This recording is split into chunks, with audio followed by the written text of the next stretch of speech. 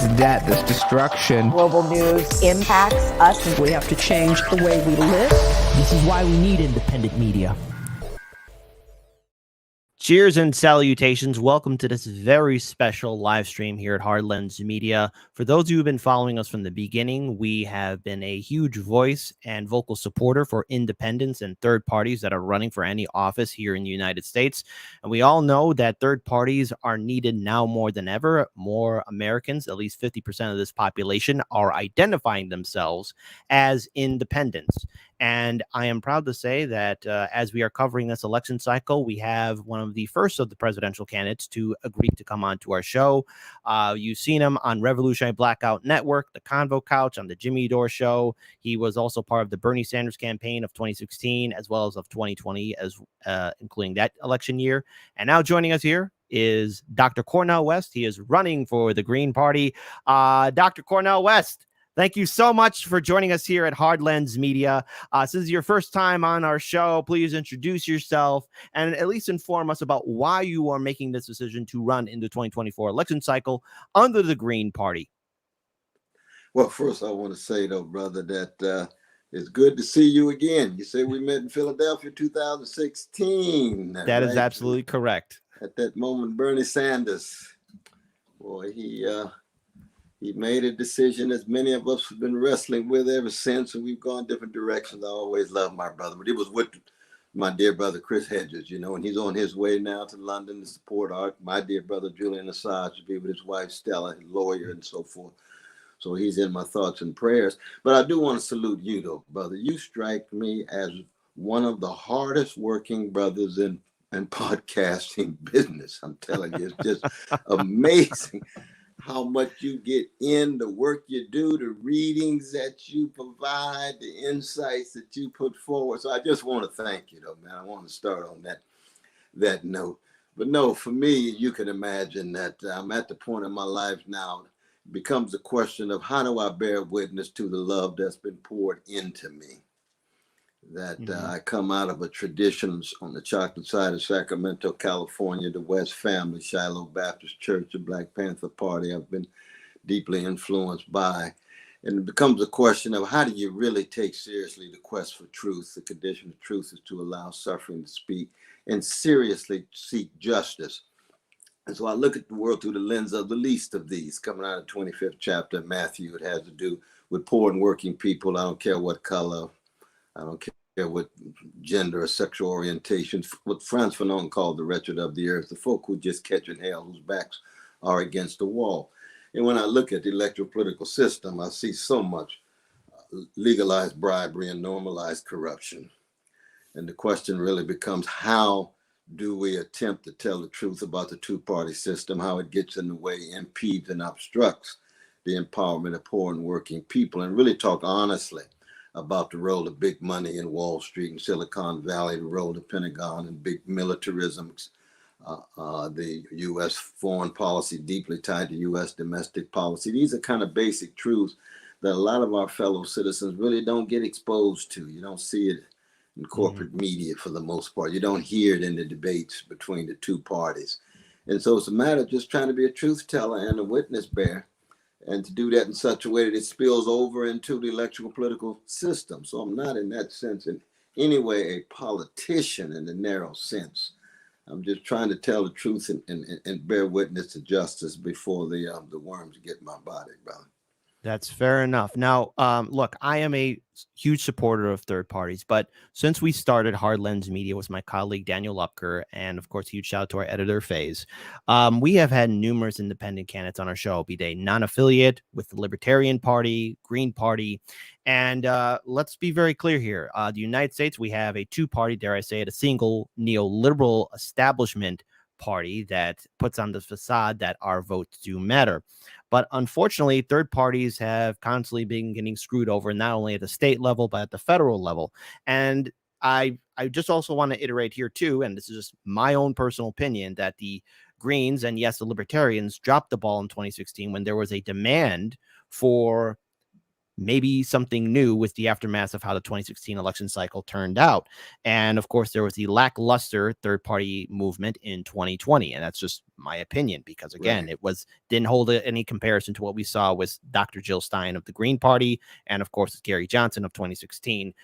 The Libertarian Green Party turnout for 2020 was mediocre, and that's me being generous. So I want to ask you for this 2024 campaign, and I know that you mentioned this with Pasta, host of the Convo Couch, Craig Gajula.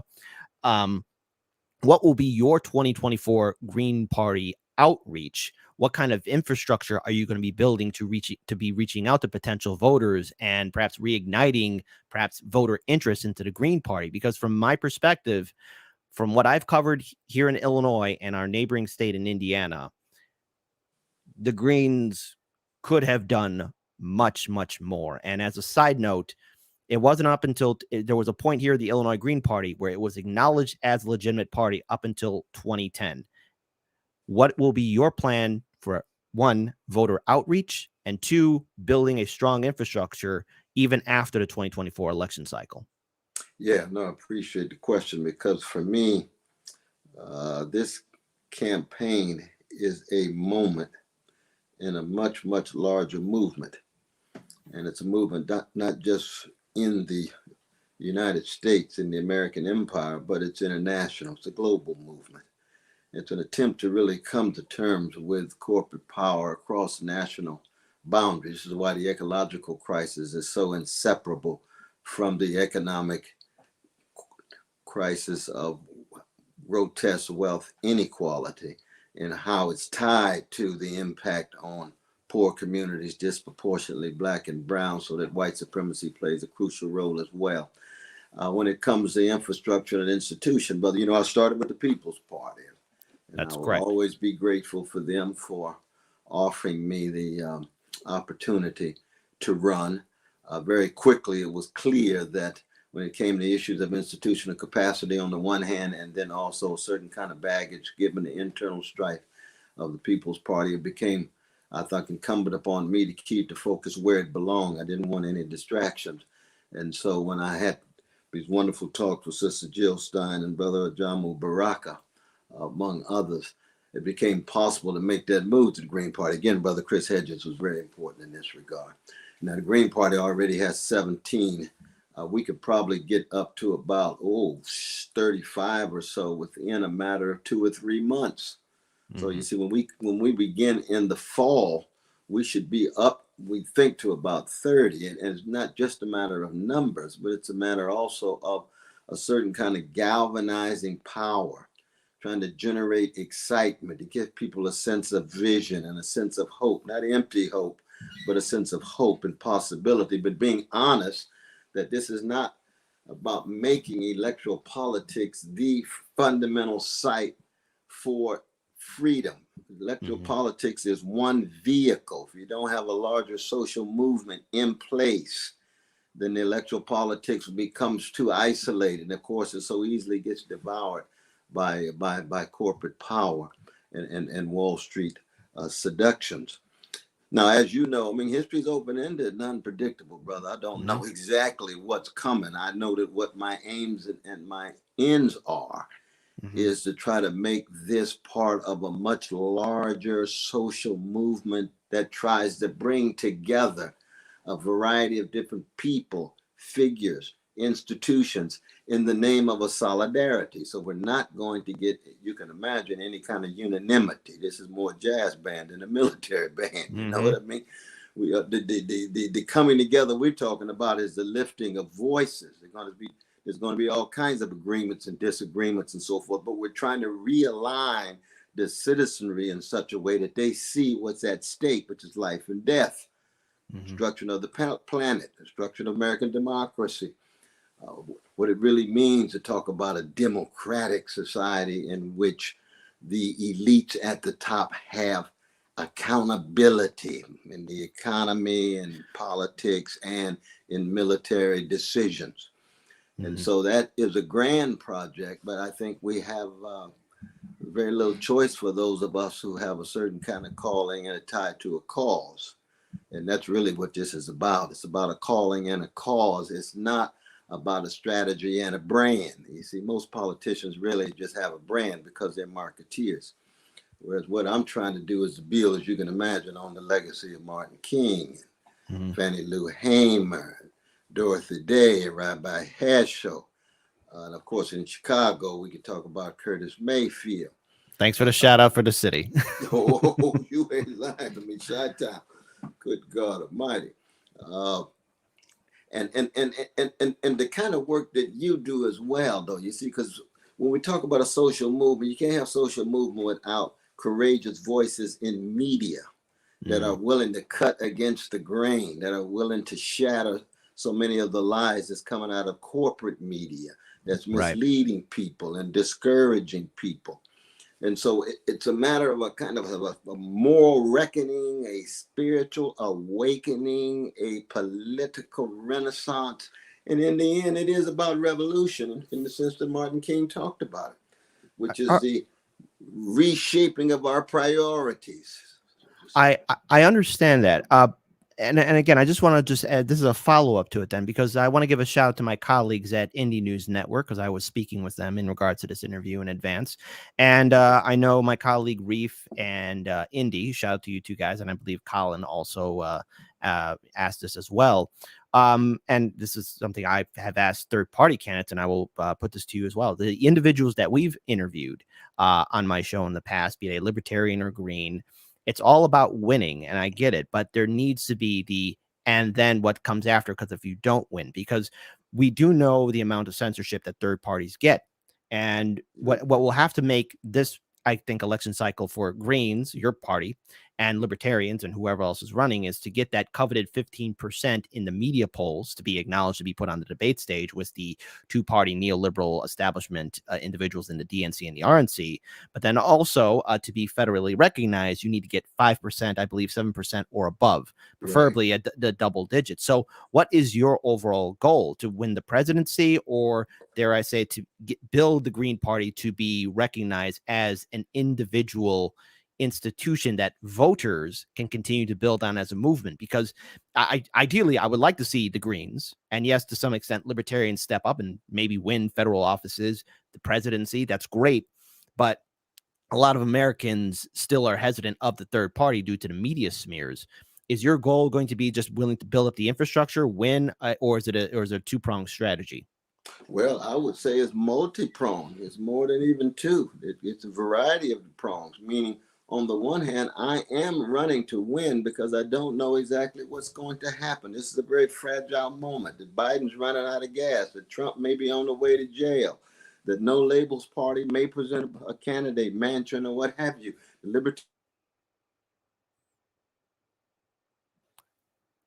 Okay. We will, I believe that Dr. Cornel West has frozen. I will see what we can do to get a Oh, what happened? Sorry, Dr. West. I apologize. I'm going to have to ask you to remake that statement. I believe your signal came in weak and you were frozen. Can you please restate? And that was what on you were my gonna say? side? Yes, sir. I am very sorry. Oh my God. I'm sorry about that, man. It's all good. It's all good. No. Please, reinstate it. Reinstate. I am very much running. One, I think it's a multi-pronged strategy. I'm running to win, but by winning, what I mean is not simply acknowledging the possibilities that we have such an unpredictable moment, that Biden's running out of gas, that Trump may be on the way to jail, the No Labels Party may end up running Manchin, the Libertarian Party may be strong. We don't know exactly what's going on now. It's a very, very contingent moment of uncertainty. But most importantly for me, it's a matter of keeping the focus on empowering poor and working people. That means, yes, building infrastructure, yes, trying to create stronger institutions for stronger organizational capacity, but at the same time, it's educational. That is to say, it's political. It's exposing our precious fellow citizens the visions and analysis that oftentimes they do not have access to, given the narrowness of corporate media. And so I don't want to in any way narrow this down to just talking about institution or infrastructure. I don't want to narrow it down by just winning electorally. It's a matter of trying to create something much bigger and then connecting with other movements around the world. We're living in a moment in which there's fundamental glacier shifts globally. The American empire is in deep trouble. If I become head of the empire, I want to dismantle the empire. We don't need 800 military units around the world. We don't need troops in 150 countries. We could be a nation among nations rather than an empire trying to subordinate other nations to us in this regard. I want to make sure that we can cut off the possibilities of wars that can lead to nuclear exchange and lead to nuclear holocaust. I want to make sure, in fact, that our working people and poor people in the United States, for once, are at the very center of how we conceive of public policy. And there's a whole lot of creative voices, intellectuals, experts, and everyday people who have ideas of how we could talk about housing, how we talk about Medicare for all, how we could talk about ending mass incarceration, how we could talk about stopping Cop City, how we could talk about massive shifts from military spending into spending that have to do with quality education, jobs with a living wage, a strong defense of trade unions that are trying to fight in the face of corporate greed, trying to fight in the place of the entrenched interests of bosses. I mean, that's what the solidarity I'm calling for. And as you know, that's a historical process. Right. It's not going to be just a moment or an instant. Well, that's a good note to end it on, because now I want to follow up. And this is something that I'm very proud of my audience. My audience is very diverse. We got libertarians, we got Trumpers, we got Democrats, we got progressives, Greens, all of that good stuff. Beautiful. And the thing is, right now, that's been enraging a lot of us is the aftermath of 2020 with the lockdowns, the pandemic, the back and forth between the establishment. What are the rules? What are the mandates? And the thing is, there's a lack of accountability, and people were scared in 2020, and rightfully so, but also angry, as they should be, because again, our government effectively abandoned us, and we are still seeing zero accountability to the politicians that have instituted the lockdowns, as well as still stoking up fears of pandemic. What will be your plan to really address the failures, not only of the World Health Organization, that is only recently YouTube, and I will go into details about why I just called out YouTube specifically, that just said, hey, the pandemic's over. And I know that you even went into details about your thoughts about Dr. Fauci with pasta on the convo couch, but what are your plans to really deal with, again, an institutions run by both Democratic and Republican establishment frauds that more or less imprisoned, and dare I say it, made things worse for the American populace? And I believe his computer froze again. We will see if we can reestablish that signal. And so let me go ahead. Let's get closer. Should I move closer like this? I think you're fine. But did you hear my question, sir? Yeah, I did hear your question, though. But okay. I want to make sure that my answer was recorded. Are we back on again? Yes. You are back on, sir. I believe this is on your end. Absolutely. Well, one, I mean, brother, as you know, I mean, I come from a people and tradition who's been felt who have experienced not just being abandoned by the government, but being attacked viciously by the government facilitating various assaults. I think what we need more than anything else are the strongest mechanisms of accountability that have to do with finding out the truth about the relation of various powers that are shaping and molding various institutions and individuals. So when you talk about what goes on in 2020, well, we'd have to look very closely about the role of pharmaceutical companies and the way in which they shape and mold public policy, given their tremendous influence, given their unaccountable impact on shaping policy as it relates to various individuals. I love the dialogue with Brother Pasta because he pushed me, and I love to be pushed because I'm fallible.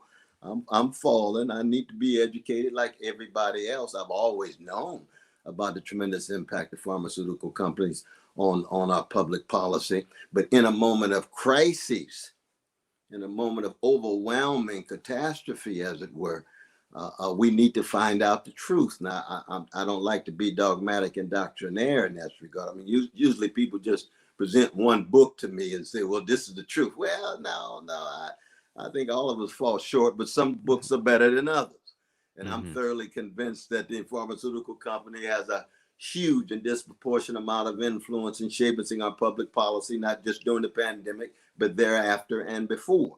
And therefore, as someone who is not just running for an office, but someone who's fundamentally concerned about the plight and predicament of poor and working people, no matter what color, no matter what gender, no matter what sexual orientation, then I'm deeply concerned about finding that truth out and correcting it such that we do have independent, courageous experts, voices, figures who can help us shape a public policy such that it's not beholden to pharmaceutical industry or any big money that would be distorting the truth, as it were. Now it's one thing to take on big pharma or individuals like Fauci or the politicians, but you're going to need support in that. And so as a follow-up, in order to really bring accountability to big pharma, which is, again, buying off our politicians, and our politicians in both parties do insider trading. That's right. Does that mean indicating using the bully pulpit as well as reaching out to potential Democratic, Republican, and independent lawmakers that could maybe build a coalition to maybe end the influence of big pharma, to hold them accountable, to maybe, again, raise up questions about why certain things were implemented in 2020 that made the lives of small businesses, working class citizens here in America that much more difficult, because across the board, it's all interconnected. We're seeing a rise of homelessness, a rise of depression, small businesses are being shut down, and there seems to be no interest or investment into the American people. Yet the individuals that called for these lockdowns, called for this pandemic to be the end-all be-all threat to civilization, are now walking around like everything's fine and everyone's supposed to just ignore it and be happy with their lives, when I look in my audience and everyone is upset and there's no accountability at all in our quote unquote republic. No, indeed. I mean, I've got an abolition vision and policy that has to do with the abolition of poverty and homelessness. So it's not just a matter of the pandemic that reinforced and escalated the homelessness. I want the homelessness to be abolished prior to the pandemic, though, brother, and thereafter. And that's a matter of just following through on certain kinds of basic concerns about access to food and social housing of quality, and ensuring free access to education and jobs with a living wage, with a very, very strong defense of the best of the trade unions concerned about trying to gain access to resources in light of greedy bosses at the top that has resulted in wage stagnation. But when it comes to what happened in 2020, you would think the first thing we would do is simply have an independent commission to find out exactly the truth that would indeed hold persons accountable. This is what you do. This is what accountability is all about, finding out the truth. When you find out the truth, then you pursue justice and you pursue some kind of accountability to let the people know what was really going on. So absolutely. So then as just a final follow-up then, because we all know in 2008, we saw Barack Obama or say infamously, we're not going to look backwards, we're going to look forward, and in regards to not holding the Bush-Cheney administration. I said, well, he was talking about the tortures, especially. Yeah, the tortures. Yes. And in regards to that, and looking forward, not backwards. But I think an only way for us to go forward is we have to look backwards and say who caused this damage or not. So it's more of a yes or no question then. Yes or no, are you calling for accountability for said individuals that allowed this 2020 failure to happen and take place? Are we calling for that? Yes or no? Yes, in the form both of a commission and in the forms of the various policies that would come from that commission. And you note, though, brother, we can't be hypocritical. You see, we can't talk about affirmative action, which forces us to look backward at vicious forms of slavery and Jim Crow and how, in fact, America is going to respond to it. And then in this case, say we're not going to look backward, we only look forward. No, you always look backward because there's a pastness in your present, as T.S. Eliot taught us. There's history is always shaping the present, and our understanding of the past is going to shape how we conceive of the future. And so truth is something that has to be pursued both in our understanding of the past and in our analysis of the present and in our openness to the future. So my answer to you is absolutely yes. How can I stand for truth and justice and not be concerned about accountability of what went on in the past, not just in relation to mandate, but in relation to any of these potential or actual evils that we have to come to terms with in order to be able to help keep the planet going, in order to make sure poor and working people's lives can flower and flourish. And this is what I love your reference to the bully pulpit, though, brother, is this, that you see, this candidate and this campaign accents a spiritual and invisible dimension. There's so much hatred and revenge out there. We're talking about love and justice. These are intangibles in terms of the spirit of a movement.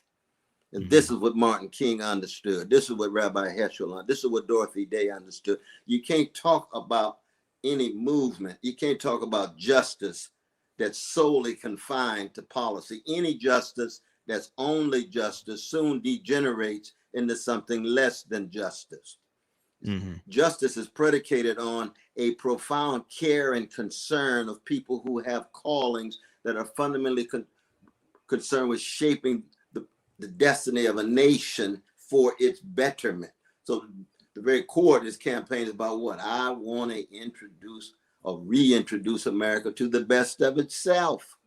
That we have had courageous, visionary movements and figures who have been rendered invisible. Here again, looking back to the past. Now, trying to recover their spirits as well as their sacrifice, their blood, sweat, and tears to help us in a present they knew not of. They were gone. The worms got their bodies, but we remember their witness in order to create a better future. And therefore, that bully pulpit that you're talking about is a spiritual thing. How do you create a certain kind of vibe, a certain kind of temperament, a certain kind of coloration, an atmosphere, a tone, a temper that brings out the best of people? Right now in our polarized, gangsterized society, brother, you just hear hatred and revenge every second, every minute, from one side to the other. That's why when I tell folks, I can't wait to get to Trump country, they say, Brother West, are you losing your mind? I said, I can't wait to talk to my brothers and sisters. Most of them vanilla, but not only that, you got black and brown who support Brother Trump too. But I can't wait to get to them. I know that 1 out of 9 of those who voted for Trump voted for Bernie Sanders. I know that those who voted for Trump do not constitute a homogeneous group. It's a variety of different voices and persons and individuals who voted for Trump. And so I want to go straight to their base, straight to conversations with them, to get a sense of their humanity, where we really agree, where we really disagree, what my vision is, why I'm deeply concerned about their situation and their children in terms of quality education, jobs with a living wage, decent housing, even though they voted for Trump, and Trump for me is in fact a neo-fascist gangster. They say, well, how can you use that language and go to Trump country? Because I'm an honest brother. They can tell me if I'm wrong. If you think he's not a gangster, I want to hear the counter arguments. But just because he's a gangster does not mean that those who vote for him are. We will try and reestablish the signal again. Apologies for that, folks. I will ask him to continue on as he's talking about reaching out to Trump voters. So we're hoping that we can get that signal again. Thank you all so much for participating in our show. The show is still ongoing. We still have a little bit more. And we got you back. So sorry. Yeah, it's perfectly fine. It'll be just try to make it through here, though, brother. You know what? I have to quote my good friend Roger Meadows. I'll ask you. That'll be my second follow-up question. But it'll be different. But please continue on how you're going to be reaching out to voters. I don't know when we were cut off. I believe you were cut off when saying about why you're reaching out to them and going into various areas where you may not be able to get full engagement with Trump supporters. Oh, I mean, one is that I never want to look at Trump supporters as a stereotype. When I look at them, I see human beings with all of the complexity and heterogeneity and diversity of what it is to be human beings, so that I have my own views about Trump himself. But those who vote for Trump aren't exactly like him. I can revel in anybody's humanity and have very deep disagreements with them. The question is, in our exchange, I want to be respectful. I don't want to be arrogant. I don't want to be condescending. I want to be able to learn and listen from what they have to say. I want to hear their arguments, put forward my arguments. It's like a jam session. You come in there and everybody's got their axe. Everybody got their instrument, and you learn from each other. You Fair absorb, and then you respond. And so it's a call and a response. That's the kind of Socratic energy that I want to bring to Trump country, which means, of course, I'm listening, but I'm also putting forward my vision and my arguments. I do want to follow up on, again, reaching out to voters and especially of different demographics as well. But real quick, I wanted to acknowledge Roger Meadows. I can't read his full statement, but he's wants to get your thoughts on internet connection. Dare I say it, having a nationalized broadband that's competitive to what we see in Japan or in South Korea. What are your thoughts in regards to having internet accessibility for all Americans, and dare I say it, have it nationalized for everyone to use and to be on par for what we see in South Korea and Japan? As somebody who was in Japan and has saw its internet power in its full capacity, it is light years ahead of what we have here in the United States. And it's pretty pathetic, since we are a global superpower. You would think we would have the best internet, which in fact, the argument is we don't. Your thoughts? No, I mean, my answer immediately is absolutely. We need the highest quality of a nationally owned internet that fellow citizens have direct access to. And we could learn so much from our brothers and sisters in Japan as well as South Korea.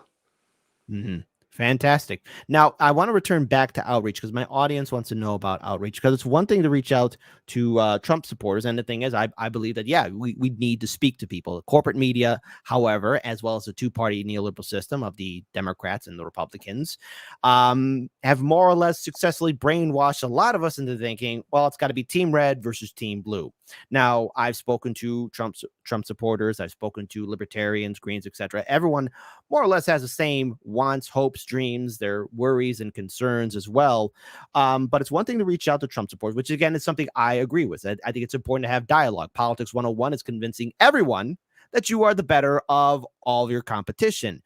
But also there's a thing about reaching out to the Black community that has been more or less abandoned by the Democratic Party, even though we hear from corporate media saying, oh, well, no, the Black community should listen to the Democratic Party. Same thing with the Latino community. The Democrats want to say, oh, they care about the kids in cages, even though the kids are still in cages. What is your plan to really outreach to the Black community that has more or less been screwed over, not only by the Republican Party, but by the Democratic Party? Because I think there's a lot of communities, Latinos, Black community, and people who are just burnt out by electoral politics, who just are done and see no reason to get involved in electoral politics at all, period. Well, you know, we're having one of our big kickoffs in Jackson, Mississippi on Emmett Till Day with the Emmett Till family. Why? Because historically, of course, there's a sense in which, you being from Chicago, you understand this, that all roads somehow go through Mississippi if you're really concerned about Black America. And we could say that's true for America as a whole when you look at the shaping of Chicago about Black Mississippians. But for me, you see, when you talk about Black America, you're also talking about levels of pessimism and suspicion of the electoral political system. As you know, almost 40% of our fellow citizens do not participate at all. That's going to be a major focus of this campaign, convincing folk who have given up on both parties, given up on politics in this electoral form across the board. How do you bring some spirit, galvanizing energy to those folk? That's true in many ways with young people of all colors, you see. But the black community, I mean, my campaign begins in many ways on the chocolate side of town because my mama and daddy and cousins and friends and kids and so forth are chocolate. I look at the world in part through the lens of the Fannie Lou Hamers and Martin Kings as someone who's been deeply shaped by white supremacist bombardment, whose parents were enslaved, whose great parents were enslaved, whose great grandparents were Jim and Jane Crow. And so it goes hand in hand with my concerns about the nation that I would want to speak to the black community. But what that means is, and you know, during the years of Obama, where I got in a lot of trouble, and I was very critical of him being so thoroughly beholden to Wall Street, when he opted for Wall Street over home owners, when he went to that meeting of March of 2009 and said, I stand between you and the pitchforks. He was talking to the Wall Street executive. I stand between you and the pitchforks. Saying that he would put on his walking shoes too and say that he would be there with the protesters, which I've never seen him do. But he said he would protect Wall Street, which he did. When Wall Street crimes, we haven't told a story about the insider trading and market manipulation, the predatory lending, the fraudulent activities, and with Eric Holder, black attorney general himself, coming out of Wall Street. They did not bring the force of the law on Wall Street, but let that happen to a working class brother or sister of any color. Let that happen to a poor brother and sister of any color. The law comes down hard. So that's just one example, again, of being willing to speak to Black America in the name of truth and justice. You see, this is, you can't engage in any serious struggle for freedom, whatever color of the community, if you don't understand that truth and justice is bigger than your skin color. It's bigger than your gender. It's bigger than your sexual orientation. It's bigger than your region. It's something that brings judgment upon each and every one of us. So that the dialogue within the Black community is going to be one in which the neoliberal Black leadership will be coming at me tooth and nail. Mm-hmm. And I welcome their hostility. I think that they are tied to lies and mendacity and being holding the corporate power. Let's go at it publicly. Let's debate publicly. Then I think this is a perfect segue into another question, because we can't talk about this election. So it's easy to talk about Trump and the Republican Party. It's easy to talk about them. But I've been heavily critical of the Democratic Party because I believe that more or less the Democratic establishment is able to successfully put on a happy, smiley face to convince voters, dare I say it, swindle voters into thinking that they care about Medicare for all or student debt forgiveness or the other variety of issues. So let's address the old king himself, Joe Biden, and the Democratic establishment. Well, I thought you were going to say Martin Luther King. No. Yeah, there's a different kind of king. There's kind of king, brother. Okay, there's different type of things, but when I look at Joe Biden, I can't help but think of somebody from antiquity that clearly is no longer fit for office. He shows signs, in my opinion, of dementia and Alzheimer's, but that's a whole other conversation altogether. But I want to talk about the Democratic Party and Biden. Already, corporate media has been smearing you, indicating that you're going to be a spoiler candidate and that you are going to disrupt everything and you're going to help Trump, which again, I find completely fraudulent because the whole idea of politics is earning someone's vote. Now, when we bring up the Democratic Party, many things have happened under this administration where it happened under Trump. People would be screaming from the rooftops and the media would be spinning in its own way. But under Biden's administration, Roe v. Wade died. I remember activists and social justice warriors saying that they would be flooding the streets if that happened under Trump. We saw what happened to affirmative action not just 2 days ago. 2 days ago, I believe, or it happened on Thursday, I believe, where affirmative action gone like that under the Supreme Court. We see what happened to LGBTQ rights gone under this Supreme Court. And then finally, and this is a huge shout out to my colleague, Colin, who is part of the Indie News Network. Again, student debt forgiveness dismissed immediately. All these things happening under a Democratic administration when more or less I've been hearing from this, especially from the people who do carry water for the Democratic Party, Bernie, AOC, all the entire members of the Congressional Progressive Caucus, anyone that says vote blue no matter who, that the Democrats are the best option. How do we really engage with these neoliberal Democrats that are more or less implementing these policies that lead to more corporatization of our government, the idea of these top 1%ers dictating policies while our politicians, being their loyal puppets, are writing these laws. And more or less, Biden is at the head of this. What is your plan to engage with the Biden campaign of 2024? One, outmaneuver the corporate media that's going to be smearing you. And then three, dealing with the Democratic establishment that is going to be vilifying you on par with what happened to Ralph Nader, Dr. Jill Stein, and to some extension, even though it was the Republicans who vilified him, Ross Perot. Well, I mean, no, brother, I've been vilified so many times before. I've been demonized so many times before. I think so much of what you say is simply speaking the truth. If you're going to speak the truth and be demonized, then so be it. The Democratic Party is a party that's dominated by corporate power, and its progressive wing is window dressing. I was with my dear Bernie twice, as you know, and he was treated unjustly. He was treated unfairly. They were not interested in democratic processes within the Democratic Party. They were interested in projecting Bernie as some kind of integral member, but he was pushed out when it looked as if he was going to win. I was with him in Nevada. We broke bread that night when it looked as if he was winning, and Obama makes the phone call, the neoliberals drop out. Now, when it comes to Biden himself, that's a longer story. You see, my dear brother Joe Biden is connected to three very ugly crimes against humanity. One was the invasion and occupation of Iraq. Over 500,000 precious people killed in Iraq. No mention of it. Second is mass incarceration. He was one of the architects of one of the most barbaric systems known and created in the last 50 years. I've taught in prison for 41 years. I've seen the brothers, not all of them black and brown, but disproportionately black and brown. Each one of them, no matter what color, precious. The third was the bailing out of Wall Street. It had unbelievable crushing impact on everyday people, losing their property, losing their wealth with no accountability. Those are crimes against humanity. And I haven't even got to the Middle East.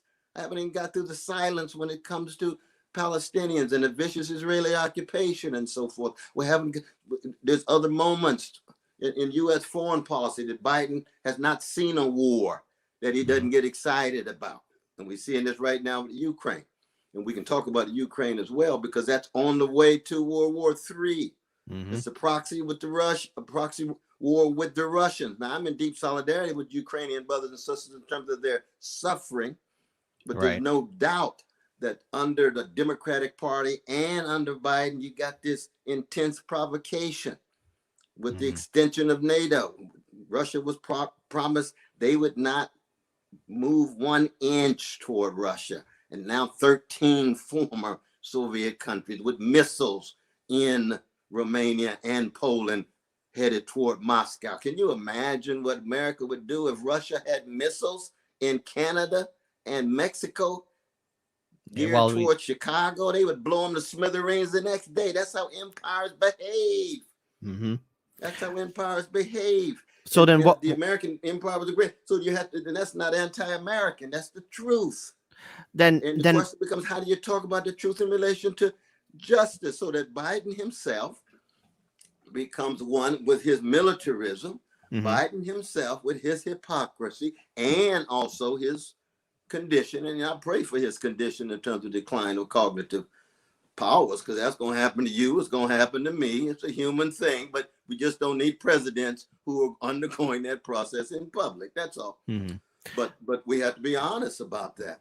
And so the question becomes, you got gangster, neo-fascist gangster Trump pushing towards second civil war, and you got Biden pushing toward a third world war, and yet the Democratic Party wants to act as if it is some party of peace and justice. That's a lie. We just have to call it for what it is.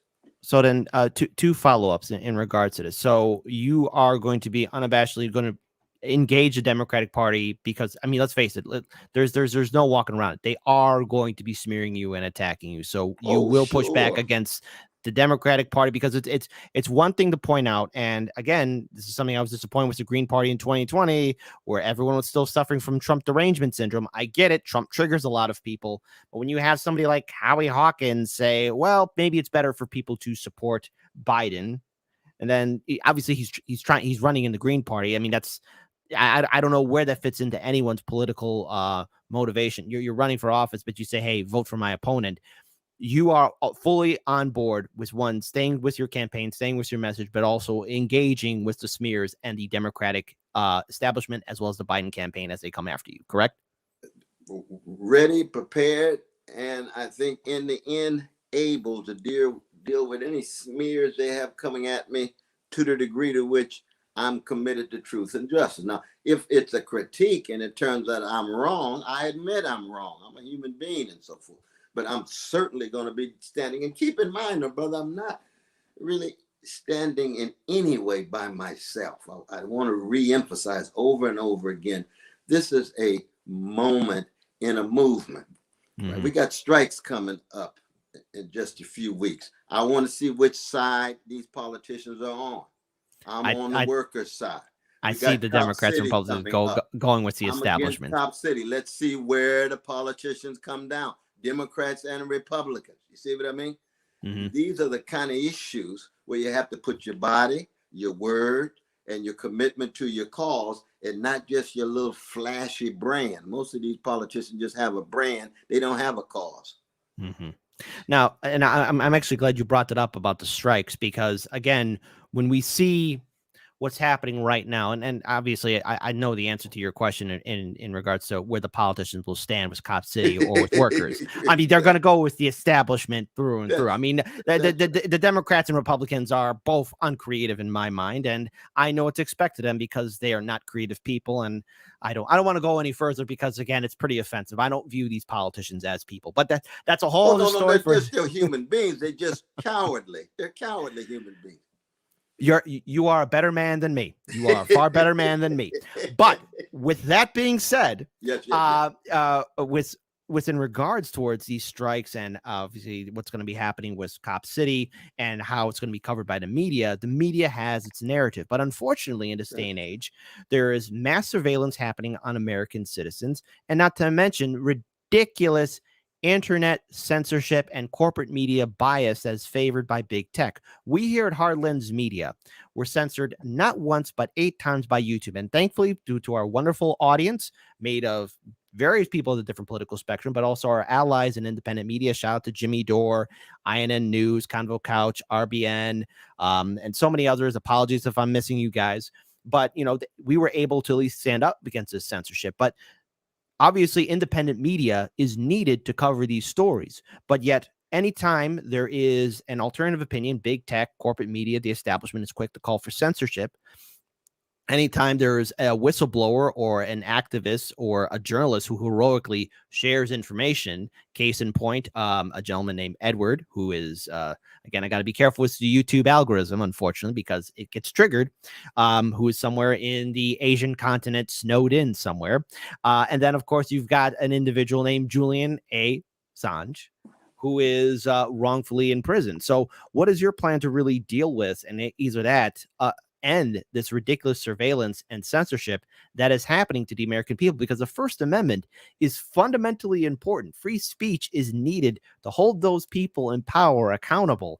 And if that's gone, then we have nothing. And what do we have? We already know we live in an oligarchy. We don't have a republic. It just pretends to be a republic and tries to convince voters that their votes do matter. So what is your plan in really dealing with the surveillance and the censorship that is impacting every single citizen across the political spectrum and generation? Yeah, so one is to have a vigilant defense of free speech. You remember that wonderful line that Socrates gives during the trial when he says, the cause of my unpopularity was parrhesia. That's the Greek word for free speech, plain speech, frank speech, unintimidated speech, unafraid speech, the speech that you can raise from the depths of your soul. You cannot have a decent society, let alone a democratic society, without free speech across the board. So I stand with you and all the others in terms of fighting any form of censorship. It's fundamental, it's basic in that regard. But we also know that censorship is always part and parcel of any structure of domination. It's part and parcel of any power elite at the top that do not want the truth to be exposed, because it renders them invisible. It renders them naked in terms of their often deep tilts toward mendacity, cruelty, and rendering invisible the suffering of folk. And that's really the important role here, though. You see that you see, when you don't have free speech, it means, in fact, that the most vulnerable suffering is often rendered invisible. And when it's invisible, it means it doesn't count. It doesn't matter. No, there's human beings down there who are being rendered invisible. And you know, I come from a tradition of Black folk. What is our anthem? Lift every voice. And sing. And when it says sing, you're right. It says sing, but it doesn't say lift every echo. It's if you're in a silo and you're just an extension of a silo, that's an echo. No, you can't be a jazz man or a blues woman if you just echo. You got to find your voice. And a voice is like a fingerprint. It's unique and singular. And that's precisely why what you are doing and the others, raising your distinctive voices. But of course, when it's a threat to the powers that be, then censorship will follow you. And that's true for all of us trying to speak the truth. So right now there is, and this is just my own opinion, and I would like to get your commentary on it, but there seems to be this growing, I'm going to add in excitement, anger, and rage into what's potentially could happen in 2024. And already 2023, we're seeing talk about your campaign by corporate media. Of course, corporate media is smearing you. Now, you've been on RBN, Convo Couch, and a few other platforms as well.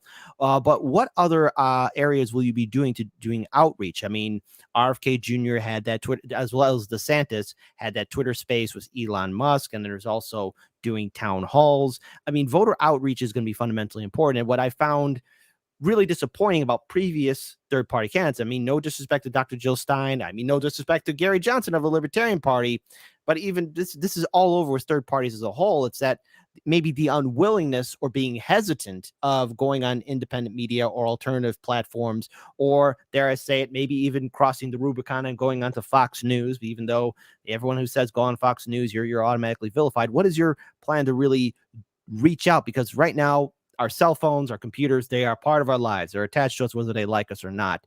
And I think the key thing is getting your voice out there. And he who has the platform and the microphone can make sure that they're heard. What's your overall plan? Because from my perspective, it should be any option, any platform, any network, thumbs up, get your word out there and convince voters that you are the better candidate. What will be your plan? That's exactly right. No, I'm with you the wholesale. As you know, we started this campaign with Brother Russell Brand. We went directly to the Revolutionary Black stations with Brother Nick and CJ, and then with Sister Savvy. I've been blessed. Shout out to RBN. Yeah, absolutely. And I've been on Black Agenda Report with Sister Margaret. I've already done. I do about 9 a day, my brother. I've done one with Black farmers. With brother Nathan and Bryce. I've done one with the Blacks in Appalachia already. Magnificent dialogue there with my dear Black sister and brother. I've done a number with trade union and bus. I mean, I can't even remember all of them because, I mean, I've done 9 a day and I've been at it for 3 weeks. So that's already about 25 or 27 of them. And I've been blessed, as you can imagine, to be on CNN. CNN has had me 2 or 3 times already. I was just on Fox 2 days ago with Brother Lawrence Jones III. And Sean Hannity has been asking. I'm sure I'll do something with him further down the line. I believe, actually, in being able to go into any context and speak your truth and try to preserve your integrity, try to learn, but be very honest and candid and say the same thing to them as I would say anywhere else. That's that's what it is, to be concerned about truth and justice, and to be willing to be a moment in a larger movement, because everything is at stake. This is not an ordinary moment in history of the species or of our country. Everything is at stake. We've got to go for broke. We've got to give our all, heart, mind, soul, and body. but it's a collective thing. And that's very important to keep in mind. You know, this when you think of political campaigns, you think of one candidate. No, that's not the case here. This is a moment in a movement. Now, real quick, I mean, again, I do agree that, yes, we do need to have a movement. We do need to be willing to fight for a better future. And I just want to give you a heads up in regards to my state, Illinois. They are extremely draconian when it comes down to third parties. Case in point, the Illinois Libertarians and Greens have confirmed and said this same story. And again, 2010 there was one point until the Greens were recognized as a legitimate party up until 2010. And across the board, what people in the Illinois Green Party and the Illinois Libertarian Party said to me, and again, there's probably more draconian states that are far more brutal, but I'll just give you this heads up. Green Party and Libertarian individuals, voters, supporters had to at least get 20,000 to at max, I forget which election cycle it was, to 50,000 signatures just so they could secure themselves to be on the ballot. So you do have an uphill fight. But I do wish you the best because I believe that we should have strong, independent, third-party voices. But I want to get your opinion on the idea of the expansion of citizen ballot initiatives. I don't know if you're familiar with it or not, but one of my colleagues, Roger Meadows, has proposed this idea of abolishing all political parties because when you have a party, yes, Greens and Libertarians do have their own self-interest, just like Democrats and Republicans do. But are you on board with the idea of abolishing the entire because again, through citizen ballot initiatives, if you get rid of political parties, you can have more of a direct democracy. And instead, it's not a party, it's an individual that's running. And you have possibly the idea of more voter engagement. Where do you stand on that? Are you for abolishing all political parties? Is that a concept that does interest you? No, I'd have to learn from my dear brother Meadows, read his argument and see whether it's persuasive and compelling. I'll be more than happy to give you his email and he'll send me his material and things. I know we've of course talked about ranked choice voting, which has been something that's been out there, elimination of electoral college and ranked choice voting. So you'll be able to actually kind of eliminate the impact of the two parties. Ugly consequences at the present moment, but I'm not acquainted with the argument there, and so I'd have to take a look at it. My brother. But for me, I have an openness to anything that would contribute to the plight, predicament, awakening, empowerment of poor and working people. I know that's the drumbeat. That's the drumbeat. And I keep saying it because it cannot be said enough in our two-party system, in our politics, in our society, in our empire. That when you actually look at what's been at stake in the last 50 years, for example, has been just this class war against working people, a war against poor people. I'll be more than happy to give you this information about citizen ballot initiatives and the power they can do. But I'm also glad of how you answered in regards to ranked choice voting, because I believe that's also fundamentally important. I know that some time ago in 2018, even though it was for, I believe, a city council seat, I believe Ginger Jetson, she was with Socialist Alternative.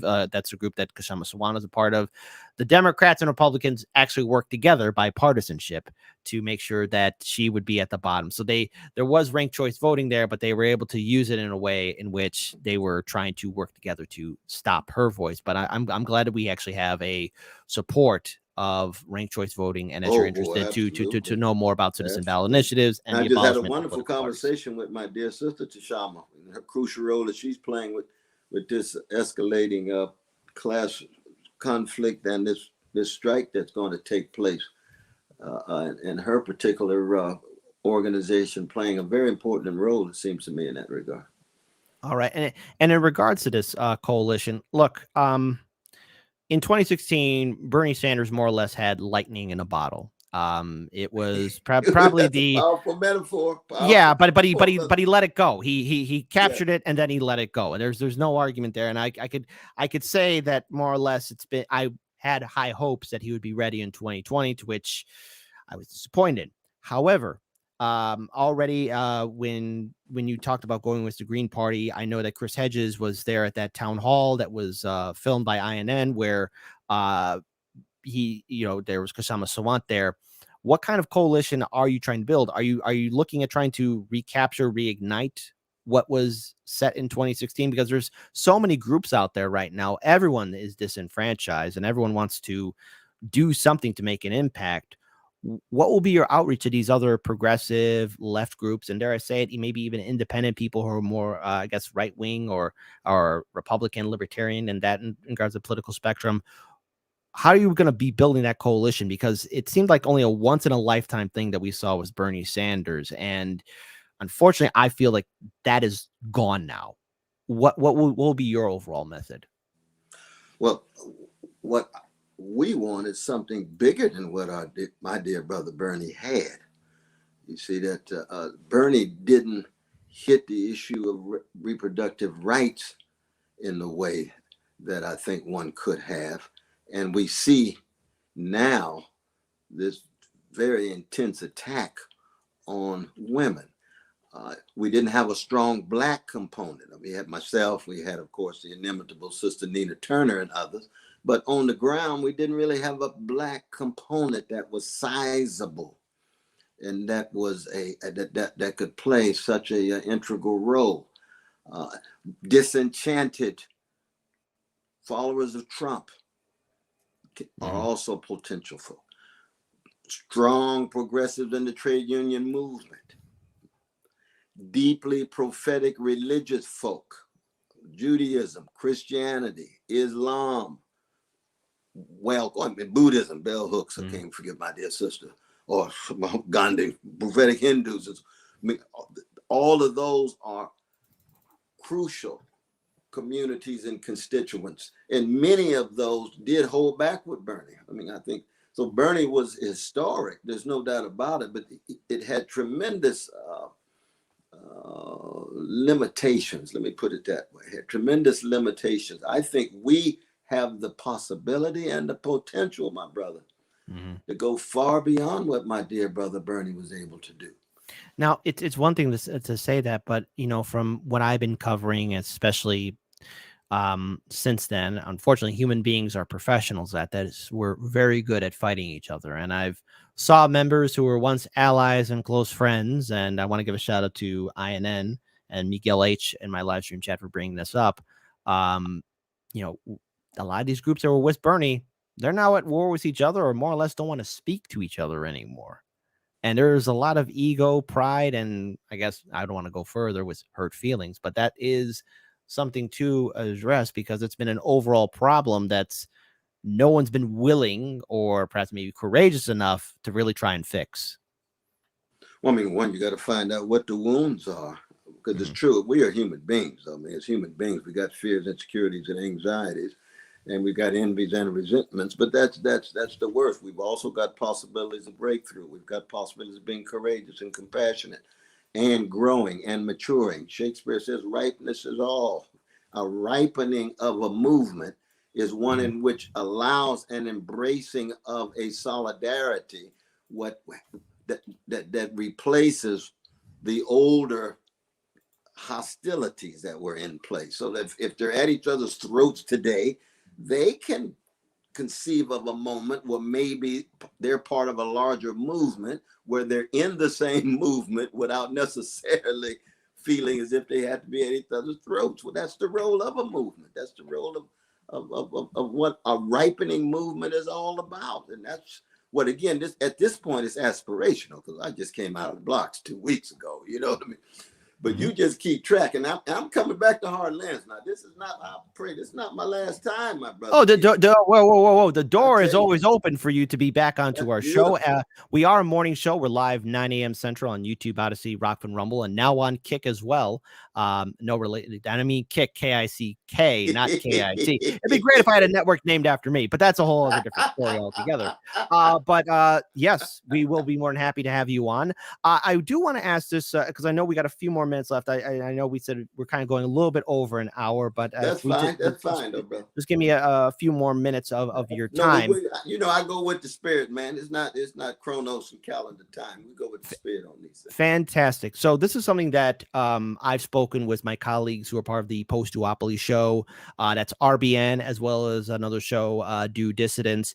But also, I believe Pasta has also been Craig Jardula of the Convo Couch. We've talked about this, and that is the need for independent third-party debates. And in 2020, I did reach out to Mark Charles, who was running as an independent, non-affiliate, but also to then Green Party and Libertarian Party candidates. And Mark Charles did respond back to being part of an independent third-party debate. However, the Greens and Libertarians, and look, I would love to see them on a national stage, said, we're going to wait to be on the national stage. If independent media were to host an online debate, any of the networks, would your campaign be willing to be part of that third-party independent debate?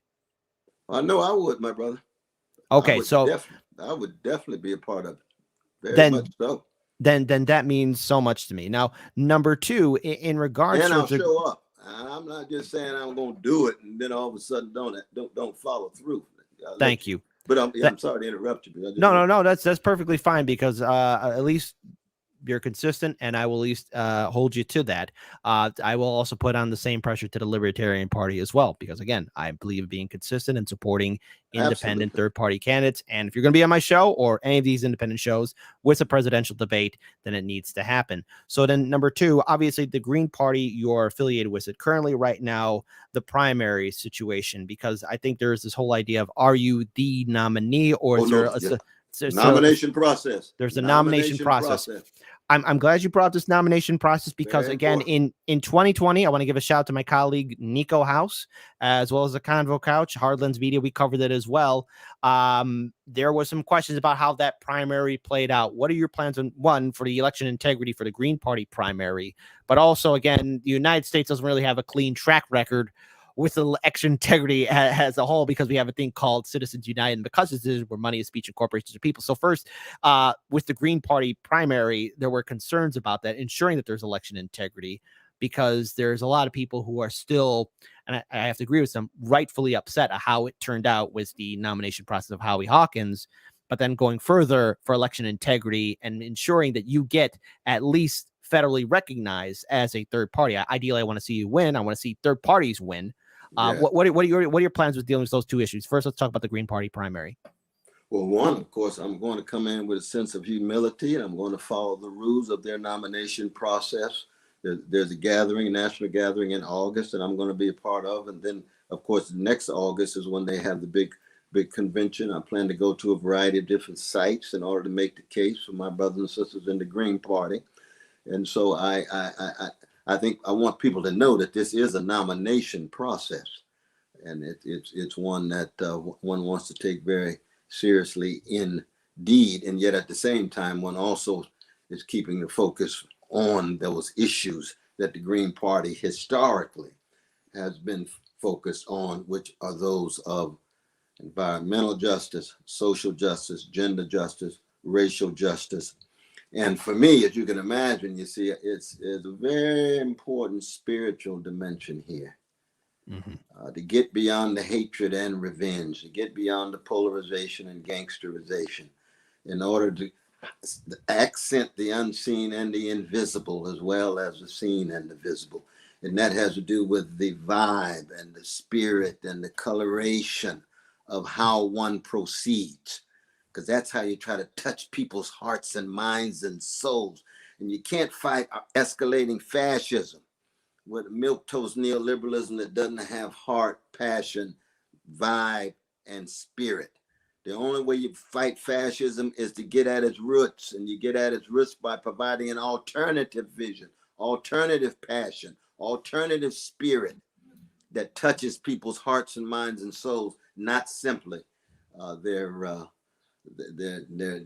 interests. Interests are crucial in politics. Machiavelli does, in certain sense, have an insight, but he doesn't have the ultimate insight. The ultimate insight is touching people's humanity and their sense of who they are as persons. I'm glad you brought up Machiavelli. He's I am a fan of his book, The Prince and the Discourses. Most notably his thoughts on mercenaries, but that's a conversation maybe we should have for another day. But again, it's a giant now. No. Yes. No. Yeah, Niccolo, he's a giant. Those texts are very different. The discourses on civic republicanism different than the Prince focus on the leader. Yes, exactly. But I have a book that has both the Prince and the Discourses put into one. So and I'm glad you mentioned both of them together. Yeah, That's yes. Oh no, as I should, indeed, because it is important. But so more or less in regards for election integrity, it's one. For me, I don't mean to harp on it again, but it's just it is something that really stands out to me because my city of Chicago is notorious for votes disappearing or things not adding up, and plus what third parties have to go through, it is pretty depressing. I'm sure there's other states that have far more harsher laws towards third parties. Again, this isn't a competition, but it shouldn't be fair that way. So when it comes down to election integrity, will you be aggressive in regards to making sure that every single vote counts, so that even in the scenario should you win the electoral college, I mean, again, it is a very high scenario, which I would like to see, but then there's also the idea of getting federally recognized. So would you take legal action to making sure that every single vote adds up, so you get that above 7% in the general election? Absolutely, no doubt. But it would have to be accountability across the board. Mm-hmm. Across the board. If I got more votes than I deserved, I want to know what the truth is. So this accountability that we're talking about has to be one of principle.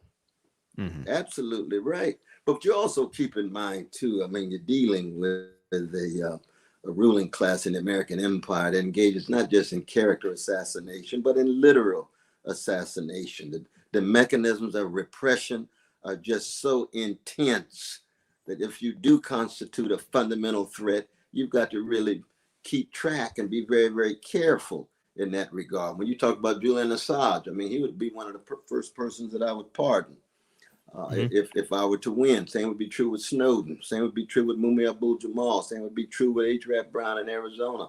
Same would be true for a whole host of political prisoners. Leonard Peltier. These are folk who have been victims of the repressive apparatus. And that repressive apparatus is very, very intense. And one has to be mindful of that without being fearful of it. It seems reasonable. Seems reasonable for that. So now while we still have some time, there's another thing too I want to bring up, and I should have been bringing up when it comes down to the Democratic Party. So thankfully, I was able to pull up my notes and have this up here. It goes back to the Democratic Party. Biden and his administration has said that they're the most pro-union worker administration ever. When, in fact, if you really talk to union workers, they've been screwed over by this administration. It's something that is all too familiar. So what will you do differently than what this administration is doing? How would you act differently? How would you engage with these workers as well as with the Congress that more or less, but especially case in point with the railroad workers, they were told not to strike. We had our elected representatives tell people, as well as a president, you're not allowed to strike, get back to work and follow orders. What are you going to do differently?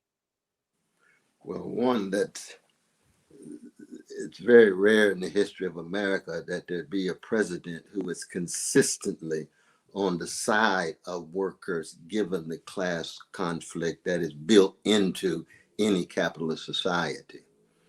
And so what Biden was doing when it came to railroad strike is to say, I want the bosses to know I'm on their side. Whose side are you on in the deepest sense? Not the window dressing, not the speeches, not the small incremental gestures and symbols, but whose side fundamentally are you on? There were moments, of course, that FDR tilted in that direction, but that was a result of tremendous pressure of the CIO and the workers' organizations, many of whom were socialists and communists and anarchists in the 1930s. But we really haven't had a president whose heart, mind, and soul was like Eugene Debs. I am first and foremost on the side of the dominated and subjugated. And workers are dominated in the sense that there's an asymmetric relation of power at the workplace between bosses and those who they hire. And this is something you earn over time, that they can see it, not just in your walk, your talk, but most importantly in your deeds. And so that in that sense, over time, they wouldn't be surprised to see a president walking on the picket line. Fair enough. Now, in regards to, I want to still keep on staying with the Democratic Party. And I found this to be very interesting. Now, I have said on my show that I believe in supporting independents and third parties. I have obviously been bombarded by friends and colleagues who would say, how could you vote third party? You're helping out the Republicans, which is, again, not true at all. I'm third party candidates earn my vote, be they green, libertarian, socialist, non-affiliate. I will support independence. I believe in giving a voice to the voiceless. But when we look at the Democratic Party, something interesting is taking place there. And it's easy to talk about Biden. You've already shared your opinion on Biden. But RFK Jr. Has proven to be a challenge, the likes of which the DNC is unprepared for. In a recent town hall, he said he is not going to support the nominee. Those were his words on News Nation when he was here in Chicago on June 28th, that he's not going to do that.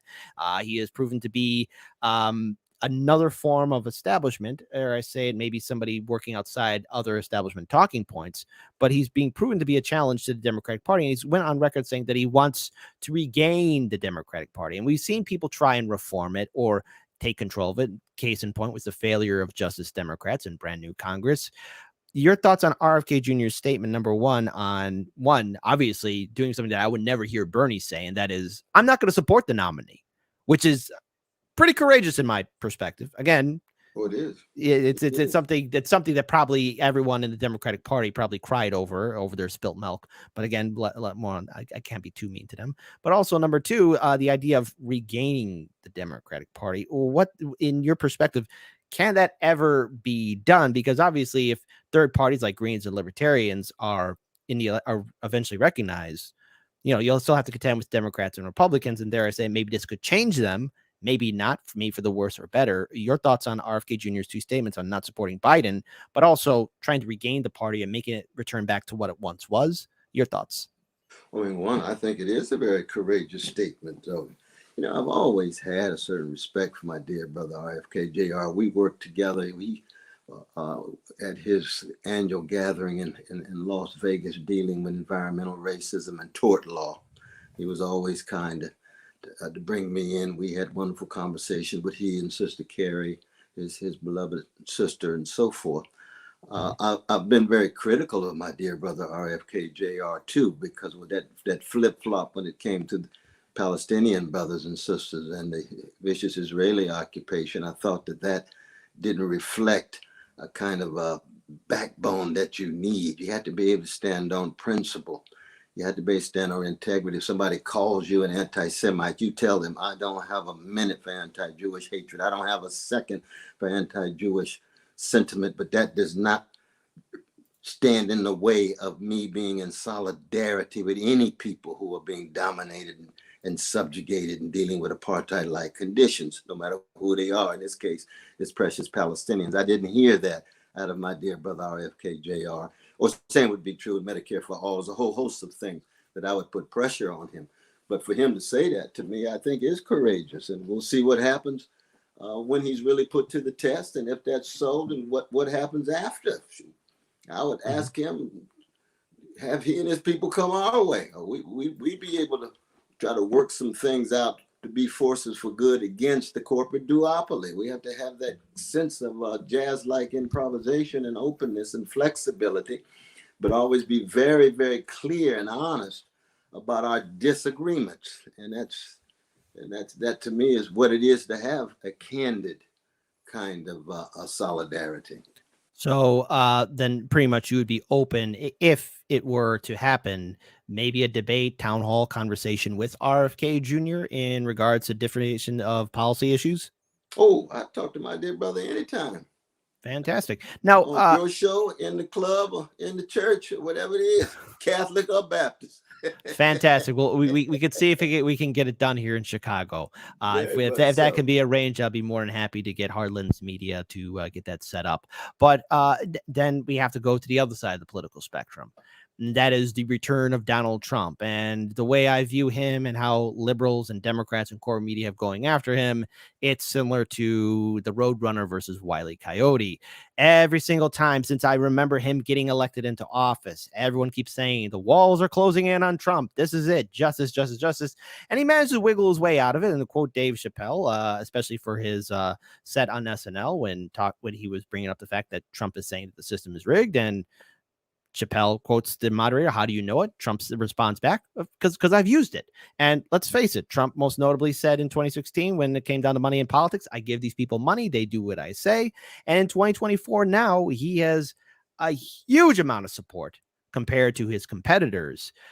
Overall, your commentary on Trump, because he is somebody that is widely supported by a lot of Republican voters. He's able to really engage with them. And unlike Bernie Sanders, he is fighting for his people, more or less. And let's say all these politicians have their own points of view, but he is there. And I want to ask you this in regards to how do we really deal with, again, somebody like Donald Trump, who is probably stronger, in my opinion, than he was in 2020. But then number two, are you open for a conversation, debate with Donald Trump?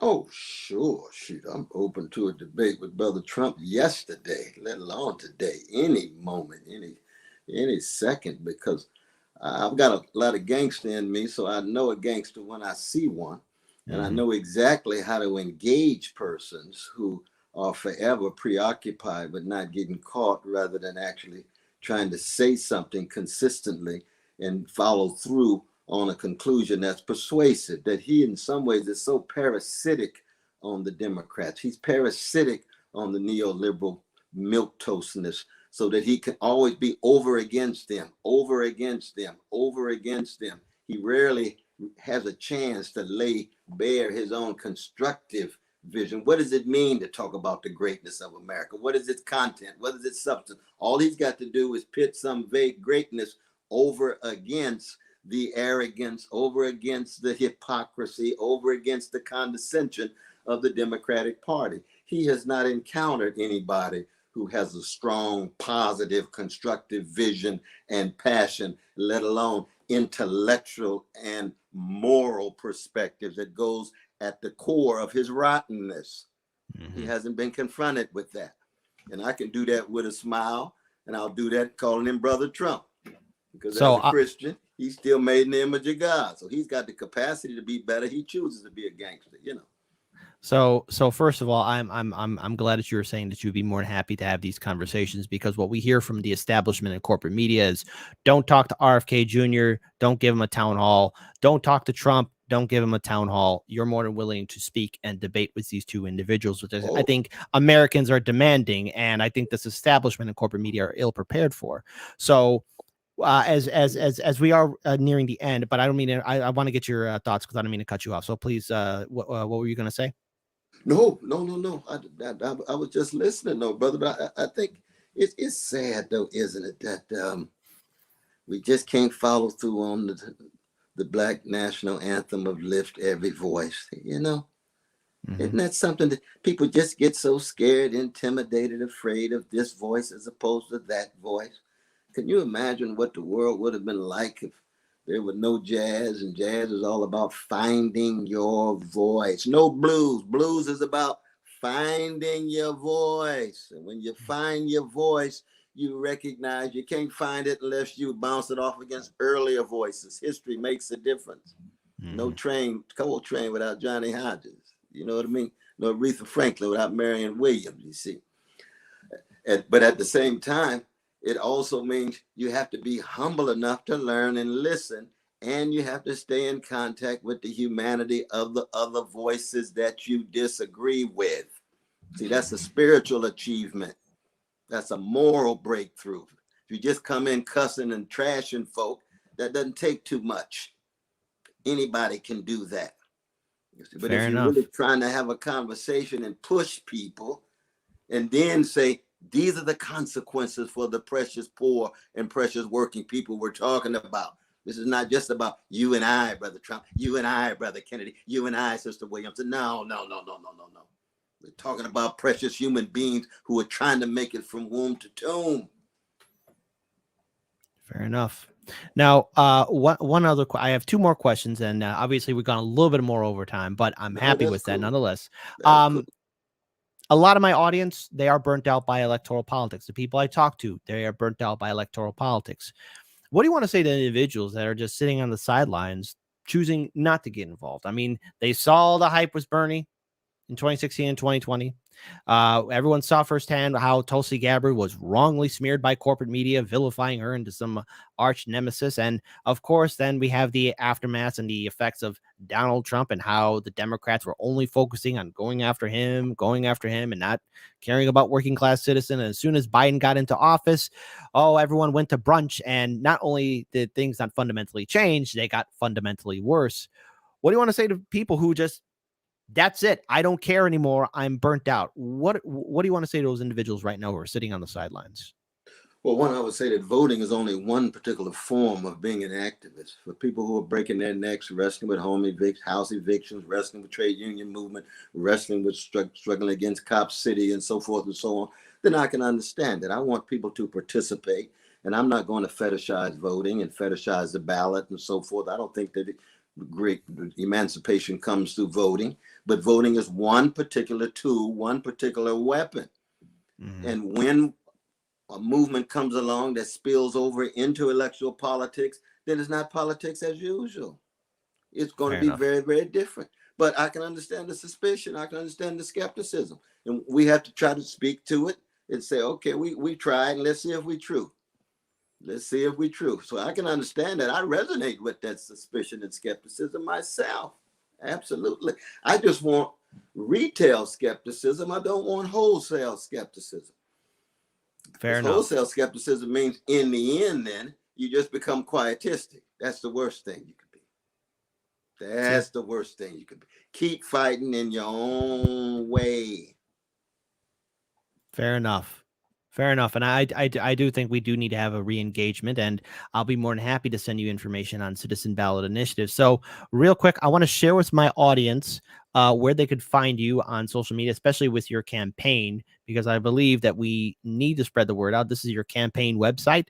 So if people want to support your movement, follow you, as well as your message with the Green Party, we are looking forward to seeing further advancement of the Green Party going forward, as well as your campaign.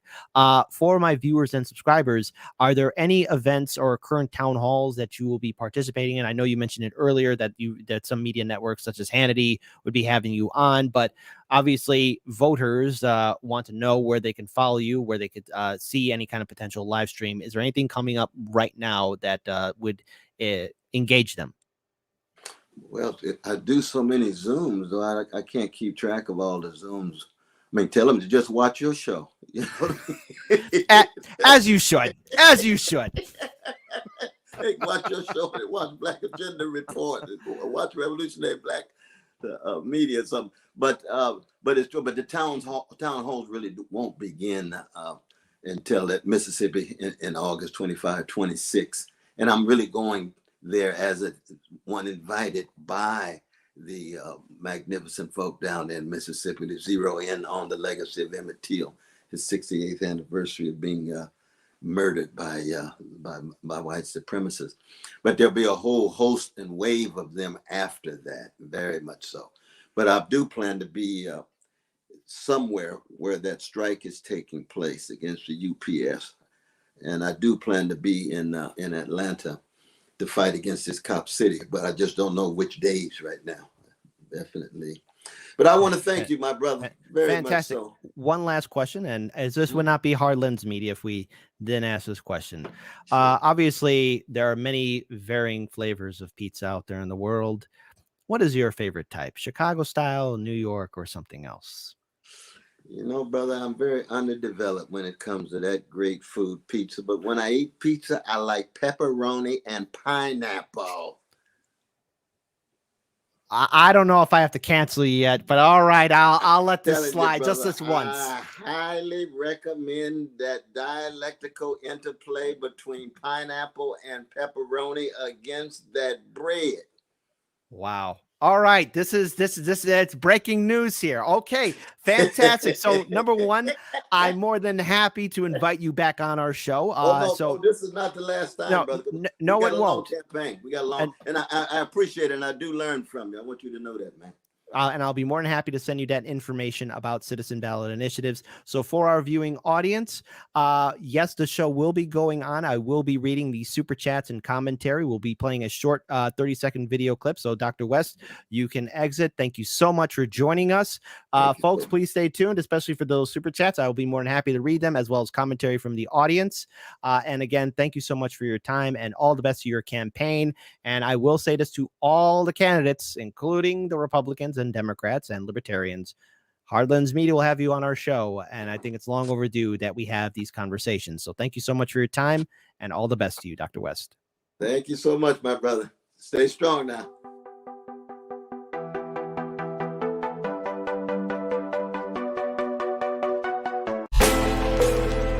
This death, this destruction. Global news impacts us. We have to change the way we live. This is why we need independent media. Hey, how you doing, my lovelies, my mornings, my sunshines? It's just want to share with all of you that, yes, a promise is a promise. So let me go ahead and read the super chats and acknowledge them all. I believe we only have a couple, so that's all good. I also want to give a shout out to the wonderful, incredible Mona Carmona. It's been a while since we've seen you. It's good to see you again, old friend. Amber Gringo, tipped $5. Welcome, Dr. West. A vote for a red or blue is a vote for corporate rule. Hashtag Team Kit Kat. That's absolutely correct. Global Solidarity, you didn't send us a message, but you sent $20. Thank you so much for that super chat. Thank you. Marvin Vargas, tipped $5. Dr. West should pursue the 9/11 truths, New York Fire Department commissions in federal court because 500 firefighters' testimony has been ignored. Look, you all heard it. He is more than willing to be back onto our show again, and I'm going to follow through with that. A promise is a promise. I told you we're going to be getting guests on our show. And yes, to the Libertarian Party, you're welcome to be on my show. RFK Jr., I know I reached out to his campaign, and nothing yet, but we'll be working on that soon. Chris Deason, $1.99 super chat, asked him about Cop City. I believe he already answered that not once but twice. So yes, he's going to be standing in solidarity with the protesters there. The Robert Escobar Show, tip $5. What is your call to action for working class people? What can we do right now to help your campaign the most? And also, you tip $5. The Robert Escobar Show. What questions should people be asking right now? How do we get those people who are already checked out and don't think about the system can be fixed? I believe he answered those two questions, especially the final one about getting voter engagement. But I'm glad to have all of you here. We also got a $19 YouTube super chat from Leprechaun Alley. Thank you so much. Fabulous. Well, thank you. Well, you're fabulous too, you know. Shout out to Indy Left. Shout out to Daniel Lupker, my colleague, who is also, I believe, Dana Fairbanks, Miguel H., Mastermind Hour. You've been moderating the chat. Thank you so much for keeping the peace, as you should. As you should. But yes, thank you so much for that. Thank you so much for those super chats. We do appreciate those super chats, and they do help out our channel grow and so much more. We also, let me make sure I didn't skip over anybody else. But it's good to see all of you here. Let me go ahead and acknowledge the Rockfin super chats. Let's go ahead and acknowledge that one. Roger Meadows, tip $2 on Rockfin. Your bad internet connection exemplifies need for nationalized broadband. I threw that question in there, Roger. So come on. You got to send me all that information via Twitter so I could, because we're going to have him back on. So you know we're going to be talking about citizen ballot initiatives now. You know it's going to happen, right? Roger, I told you, a promise is a promise. If you're not following Roger Meadows on Twitter, please do so. He does phenomenal work. Again, he goes on to say, you're competitive with Japan's. As I said before, I've been in Japan. Their internet is light years ahead of us, folks.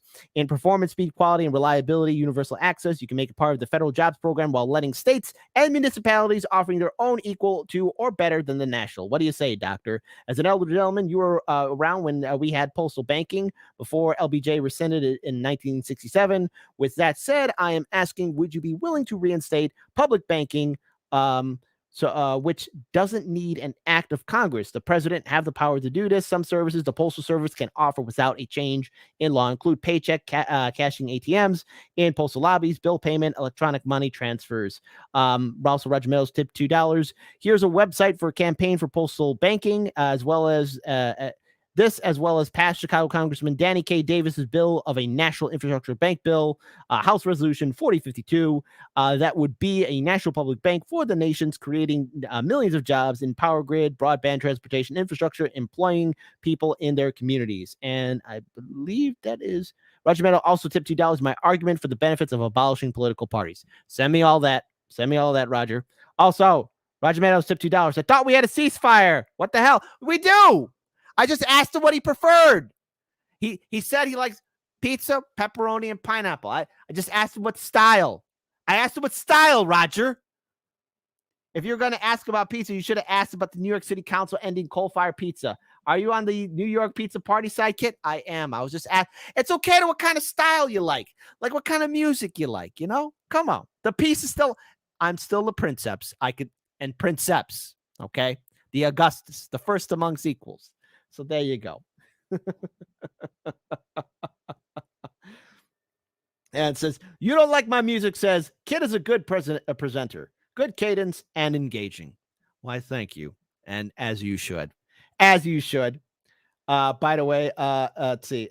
Hold on. What else we got here?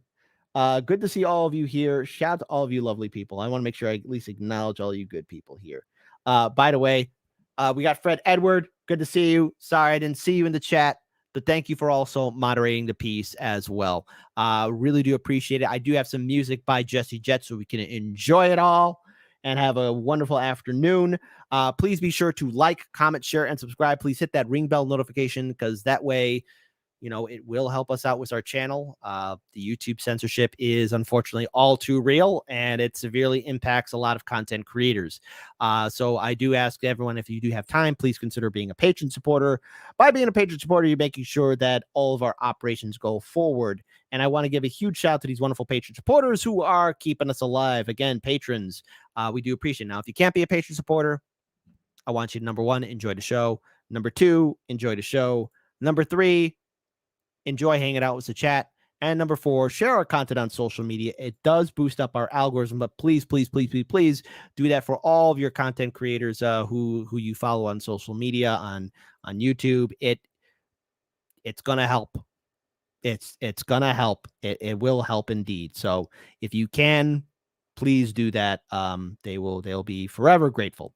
So first, shout out to these wonderful patron supporters. Miguel H. Who is that? Mike Cotter, Mike Terminite, Mission to Marbs, Monica Kozel, Nancy Venture, Nate, NC Shafter, Noel and Gail Ramada, OG Molten One, Oliver Wendt, Painter Q, Pray for Pumpkin, RV, Ray Passage, Raymond Peterson, Reef Breland, The Boss Man, Rena Q, Wreck-It, Reza Ammon, Richard Barswright, Richard Jeffries, Richard Skebby, Robert Getzla, Robert Sperry, Roger Holden, Ro Tono, Roy Hartley, Ryan Clark, good friend of the show, S.A. Black, Sabine, Sandy Brian, Savita, Snork, Y2K, Spooky Tooth, Stephen K, Stephen Rice, Stonewall, Jack Wagon, Sunnyside, and Sylvia Ross. Thank you so much for being our patron supporters. But saying thank you is not enough.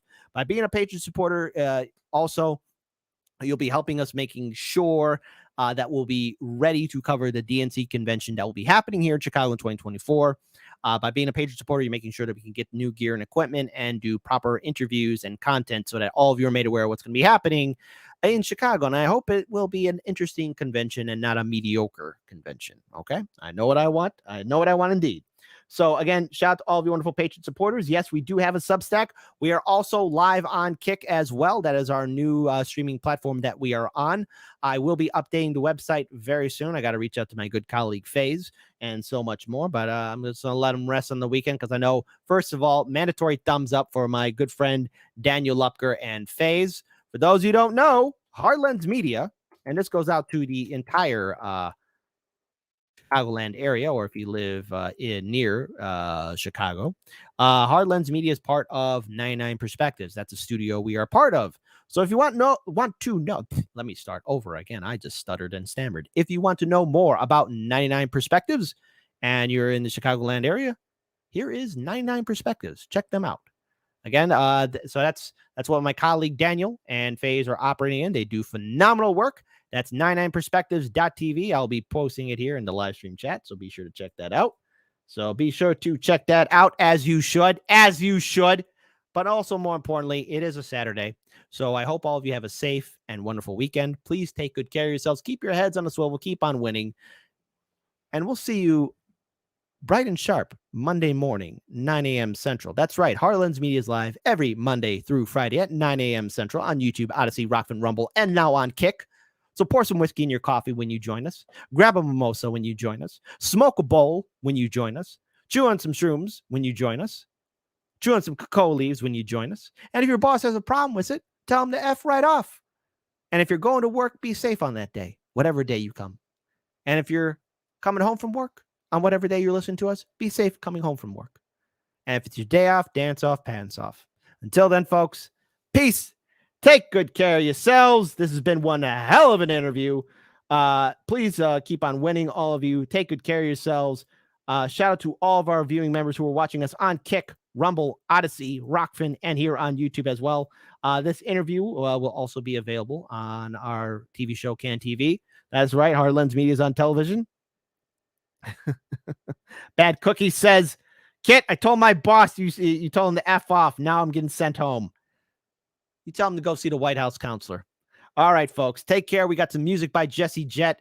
I'm up out of here. Thank you so much for your time. Please share this interview on social media. Give it a like before you leave.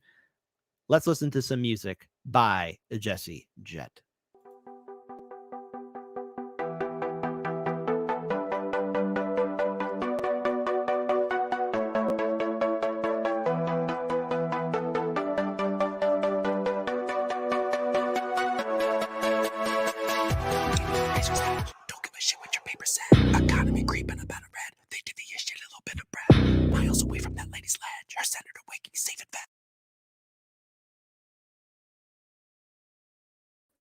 Hold on, I got to hit the reset button. We actually got a $50 Rockfin super chat from AREM. Thank you so much. Nice outro. We do appreciate it. Thank you so much. Just want to acknowledge that. But now, back to your regularly scheduled program of some good music. I'm up out of here. Thank you so much for your super chat supports and likes. Take good care of yourselves. Keep your heads on a swivel. Keep on winning. I'll see you Monday morning, 9 a.m. Central. Peace. Mother and baby on razor's edge. Don't give a shit what your paper said. Economy creeping about a red. They give the shit a little bit of bread. Miles away from that lady's ledge. Her senator wake and he's safe in bed. Ain't got a paper to read in bed. Jerking him off as I count the dead.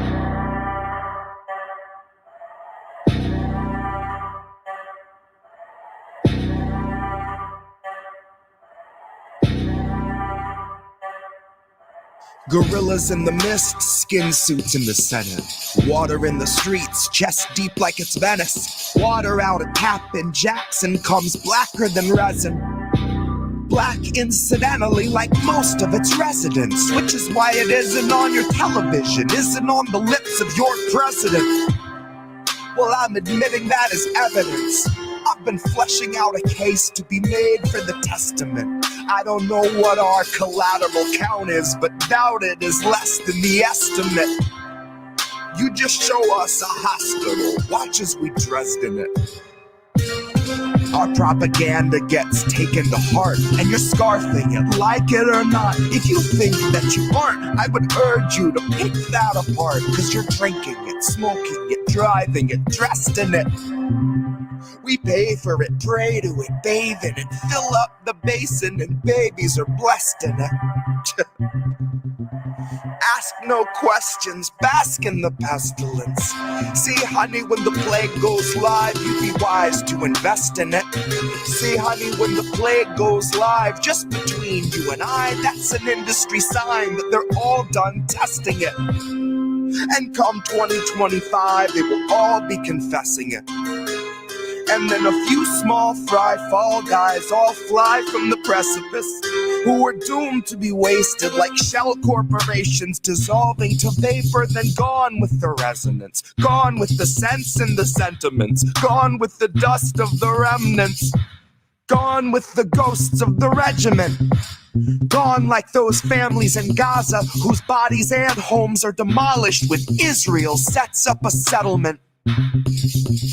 Gone like your chance at a settlement. Gone like the hope of apologies out of those funding our deadliest research and backroom development.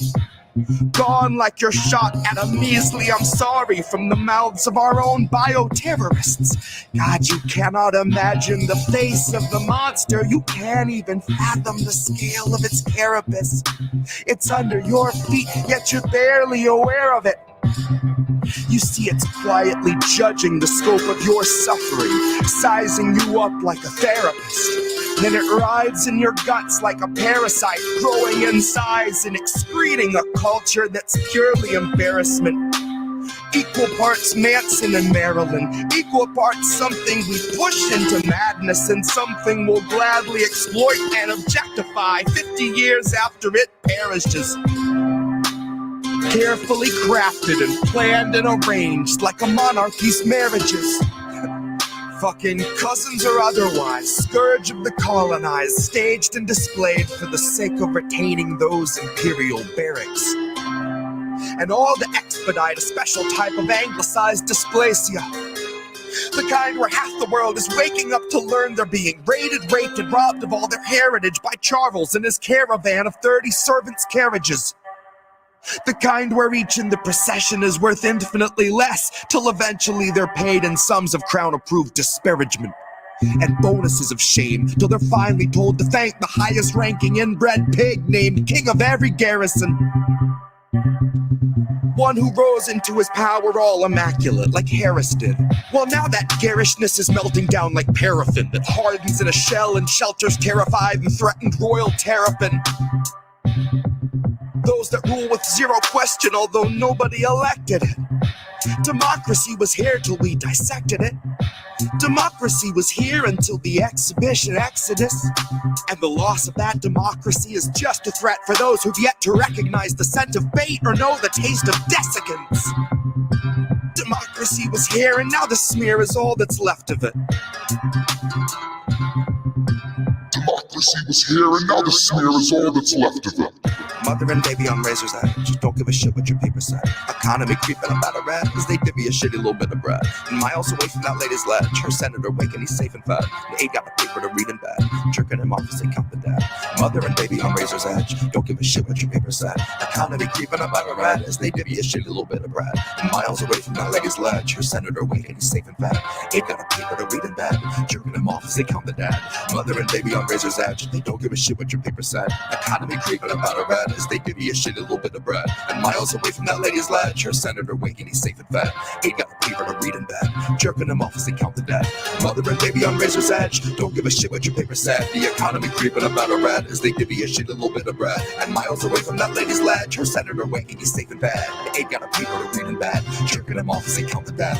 Mother and baby on razor's edge, they don't give a shit what your paper said. The economy creeping about a rat, as they give you a shitty little bit of bread. And miles away from that lady's ledge, her senator waking, he's safe and fed. And ain't got a paper to read in bed, jerking him off as they count the dead.